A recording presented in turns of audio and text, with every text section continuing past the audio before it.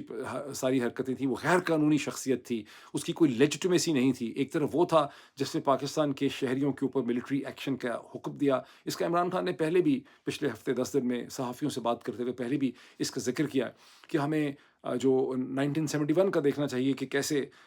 یحییٰ خان تو گئے تھے ڈھاکہ میں بات چیت کرنے کے لیے، لیکن بات چیت کیے بغیر وہ وہاں سے نکلے اور ملٹری ایکشن کا آرڈر دے کے وہاں سے نکلے جب 25 مارچ 1971 میں آپریشن سرچ لائٹ کا آغاز کیا گیا۔ تو پہلے بھی اس کی بات کرتے رہے ہیں اور یہ اسی کا ایک طرح سے تسلسل۔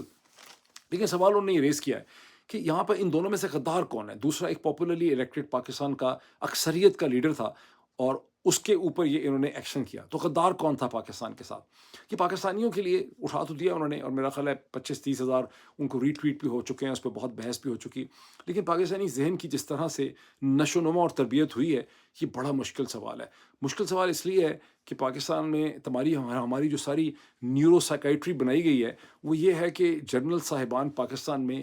چھپ کے اللیگل وارز کریں، اس میں ہزاروں پاکستانی مر جائیں، شکست ہو جائے، اربوں کا نقصان ہو جائے، دنیا میں ہماری تمام برانڈ پاور تباہ بھی ہو جائے، کوئی فرق نہیں پڑتا۔ جنرل صاحبان دہشت گرد تنظیمیں بنائیں، ان تنظیموں کو ملک کی معیشت کے لیے اور سیاست کو تباہ کرنے کے لیے استعمال کریں، جیسا کہ تحریک لبیک پاکستان کو بار بار عمران خان کے اور نواز شریف کی حکومت کے خلاف استعمال کیا گیا، کوئی فرق نہیں پڑتا۔ جنرل صاحبان کرپشن کی اسکیمز لانچ کریں، کوئی فرق نہیں پڑتا۔ اور جنرل صاحب کرپٹ ترین لوگوں کو، جیسے رجیم چینج آپریشن کیا گیا ہے، ان کو لا کے پاکستان کے مسند اقتدار کے اوپر، مسند کے اوپر بٹھا دیں، ان کو دوبارہ طاقت دے دیں، کوئی فرق نہیں پڑتا، کیونکہ جنرل صاحبان تو غدار ہو نہیں سکتے۔ تو غداری کا ریاست کا اور قوم کا جو پاکستان میں تصور ہے، غدار یہاں پہ صرف سویلین آج تک ہوئے ہیں۔ یہ وہ ڈیفینیشن ہے جسے عمران خان نے یہاں پر تبدیل کرنے کی کوشش کی ہے۔ اس پہ جو ڈبیٹ ہو رہی ہے یہ بڑی ہیلدی ڈبیٹ ہے، اس ڈبیٹ کو آگے چلنا چاہیے۔ اگر ایسی ڈبیٹ ہوتی رہے گی تو ہو سکتا ہے